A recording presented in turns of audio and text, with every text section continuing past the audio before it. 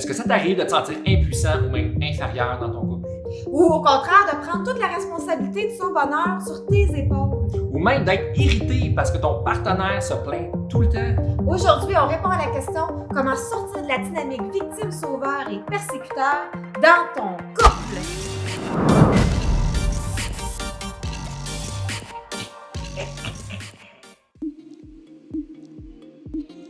Salut tout le monde! Salut! Je m'appelle Valérie Santaine, coach conjugale et enseignante PNL. Et moi, Stéphane Lecault, vidéaste et gars normal. Alors, comment être égalitaire dans ton couple? Mais on sera jamais égal! Pas en termes de centimètres, en termes de pouvoir! Ah, ça veut dire que c'est les deux qui portent la culotte. Porter des culottes est une expression qui est arrivée vers la fin du 18e siècle. Cela signifie simplement le fait de diriger le ménage. Exactement. Même si les deux peuvent porter la culotte, c'est rarement le cas. Il y a souvent une sorte de manipulation, consciente ou inconsciente, dans les couples. C'est un jeu de rôle, en fait, qui existe dans la dynamique de plusieurs couples. Un jeu de rôle?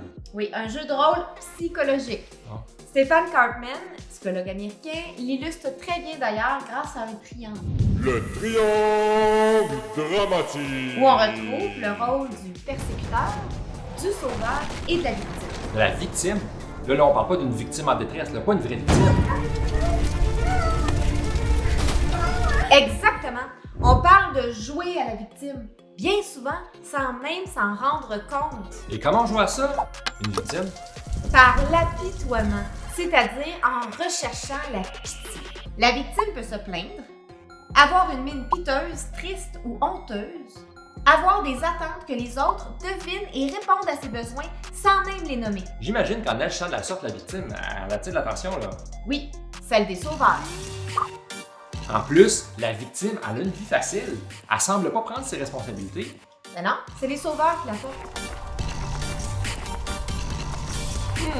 Je vois des avantages à jouer à la victime. C'est à cause de ces avantages-là que la victime reste passive, qu'elle ne passera pas à l'action, qu'elle va trouver toutes les raisons et les excuses du monde pourquoi que les solutions proposées Par les sauveurs. ne fonctionneront pas. Je réalise que s'il y a des avantages à jouer à la victime, c'est clair qu'il y a aussi des inconvénients. Exactement. La victime a subi sa vie. Les autres, les gens, sont passés sans aucun pouvoir d'agir. Elle reste dans la maladie du stacose. La victime continue de ressentir de la frustration et de l'impuissance. Et elle continue de se plaindre. Qui est lourd pour les autres. Et elle se victimise encore et encore et encore et encore. Et il arrive que la victime veuille rester dans sa position de victime pour pouvoir bénéficier de sa zone de confort. Comme ça, la victime ne fait pas face au stress du changement et elle attend d'être prise en charge. Exactement. La victime attend d'être prise en charge par le sauveur. C'est drôle. Et là, encore une fois, j'imagine qu'on parle pas de vrais sauveurs, là. Comme les pompiers, le SWAT, Batman. Exactement. On parle de jouer au sauveur. Et bien souvent, sans même s'en rendre compte. Et comment on joue à ça? Un sauveur.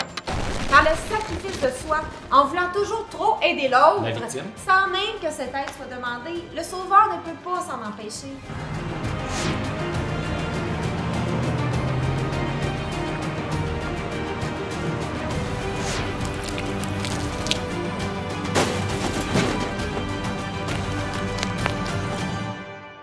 Le sauveur donne des conseils non sollicités et croit toujours savoir ce qui est mieux pour l'autre. Tu sais que le sucre, c'est pas bon pour la santé, hein? Tu devrais en prendre moins. Veux-tu que je rapetisse ta portion? Le sauveur fait pour l'autre ce que l'autre pourrait faire lui-même. Viens, j'ai organisé tous tes vêtements. Lui, c'est pour lundi. Lui, c'est pour mardi. Regarde, je t'ai même mis une petite laine parce qu'elle annonce froid. Le sauveur infantilise la victime. Mon petit amour chéri, tu commences un petit rhume? Mouchoir, sirop, je t'apporte la soupe au bureau. Je vois les avantages de jouer au sauveur. En agissant de la sorte, le sauveur doit se sentir tellement utile, indispensable même. En faisant tout pour la victime, il la garde dépendante de lui. Il doit se sentir important, valorisé même. Et dû à ces avantages, le sauveur va continuer de s'oublier et d'aider les autres à son propre détriment. Parce qu'en aidant les autres un peu trop, il n'y aura plus de temps pour lui. Et c'est aussi au détriment de la victime. qui, elle, va rester passive, dépendante et inférieure. Je réalise que s'il y a des avantages à jouer au sauveur, c'est sûr qu'il y a des inconvénients, là. Exactement. Il y a des inconvénients parce que déjà, le sauveur va donner beaucoup d'énergie pour les autres. Il pourrait aussi se sentir coupable de ne pas avoir réussi à sauver une victime. Et il va inévitablement faire face à des résistances. Parce qu'en général, les gens n'aiment pas se faire imposer de l'aide. Je veux juste t'aider. J'ai plein de solutions. Et le sauveur peut vouloir rester dans son rôle de sauveur pour pouvoir profiter de sa zone de confort. Et continuer d'ignorer ses propres problèmes grâce à ses dites préoccupations pour la victime. Exactement. En continuant de prendre tous les problèmes des victimes en charge, le sauveur peut continuer d'éviter ses propres ennuis. En plus, si la victime ne coopère pas à valoriser le sauveur en obéissant à toutes ses solutions, le sauveur pourrait se voir transformé en persécuteur, communément appelé le bourreau. Pas un vrai bourreau, hein? Comme celui qui coupait les têtes ou s'occupait des pendaisons. Ben non, on parle de jouer au bourreau ou plutôt au persécuteur. Et le plus souvent, sans même s'en rendre compte. Et comment est-ce qu'on joue à ça? Un persécuteur? En persécutant la victime, en ayant une attitude attaquante avec elle. Le persécuteur blâme, critique. C'est une autorité tyrannique. Tout est ta faute! Il contrôle. Viens ici, là, je vais te le montrer comment ça marche à la vaisselle. Il est oppressant et dévalorisant. Ça fait 50 fois que je te le dis, c'est quoi tu comprends pas? Je vois les avantages de jouer au persécuteur. En agissant de la sorte, il doit avoir une confiance gonflée par la posture de supériorité qu'il se donne. En plus de penser à ses intérêts, le persécuteur doit ressentir qu'il a du pouvoir sur les autres. Et dû à ces avantages, le persécuteur va continuer de rabaisser, contrôler ou dévaloriser la victime. Et s'il y a des avantages à jouer au persécuteur, c'est sûr qu'il y a des inconvénients. Exactement. Il y a plusieurs inconvénients. Premièrement, la victime va rester passive dans sa posture de victime. Deuxièmement, le persécuteur, dans sa posture d'autorité hautaine, va peut-être finir isolé et va même s'attirer la haine et la rancune des autres personnes. Malgré tout, le persécuteur ne peut pas s'empêcher d'avoir le dernier mot, De démontrer qu'il a toujours raison, qu'il est celui qui sait. le persécuteur peut donc vouloir rester dans sa zone de confort et continuer à exercer sa domination sur les autres. Exactement. Cela booste son estime fragile et lui permet de maintenir une illusion de pouvoir. Est-ce que tu savais que si on se reconnaît dans un des trois rôles, victime, sauveur ou persécuteur, ça veut dire qu'on les joue tous à tour de rôle? C'est comme une chaise musicale de rôle. Allons voir un exemple. Oh, je suis tellement fatiguée. Non, tu devrais pas lâcher les écrans ce soir, aller te coucher, toi. Mais je peux pas faire ça. Mon hamster, il arrêtera pas de courir dans ma tête. Ton hamster, lève-toi, fais quelque chose, let's go. Mais voyons donc, tu me parles de même. Tu prends jamais soin de moi. Oh, excuse-moi, viens ici, là, on va trouver des solutions, ok? Ben, tu peux pas faire ça. Toi aussi, t'es fatigué. Je le sais, c'est mon boss, c'est de sa faute. Je suis toujours en overtime, Ton boss. C'est toi qui s'affirme pas quand même. Et puisque c'est un jeu de manipulation et de codépendance, la dynamique du triangle de Karpman maintient les membres du couple dans l'inégalité. Mais là, on fait quoi avec ça? Moi, j'ai pas envie de passer ma vie à danser d'un rôle à l'autre dans le triangle. La bonne nouvelle, c'est qu'il y a une solution. Quoi? Une solution? Oui, une solution!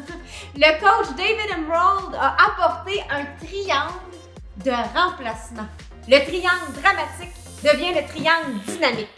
C'est ici que la victime reprend le pouvoir de sa vie et se transforme en créateur de sa vie.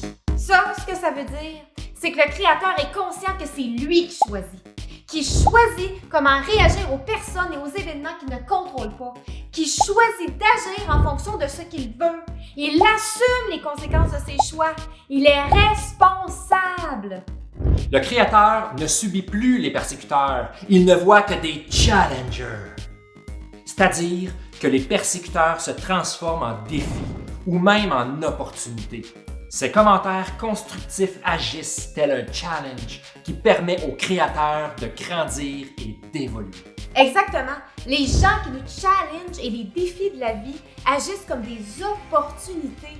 Des opportunités d'évoluer, de grandir, de se positionner, de faire des nouvelles décisions, des nouveaux apprentissages, de s'assumer, de consulter, de se surpasser, de se dépasser, de se surprendre, d'être fier de soi, d'élargir ses horizons, d'avoir des nouveaux points de vue, des nouvelles façons de voir, des nouvelles perspectives, des nouvelles leçons de vie. Wow! C'est vraiment utile, un challenger! Et qu'est-ce qui se passe si le créateur a besoin d'aide? Parce qu'il est humain d'avoir besoin d'aide. Il reste pas dans l'attente d'être sauvé, j'espère. Non, non, non. Le créateur n'a pas peur de demander de l'aide. Il est proactif, là, axé sur le résultat qu'il veut. En fait, quand il a besoin, il ose demander à des coachs, des accompagnants, des enseignants, des guides, des ressources, toute l'aide dont il a besoin. Le coach agit tel un accompagnant qui facilite, assiste et supporte le créateur à atteindre ses propres buts.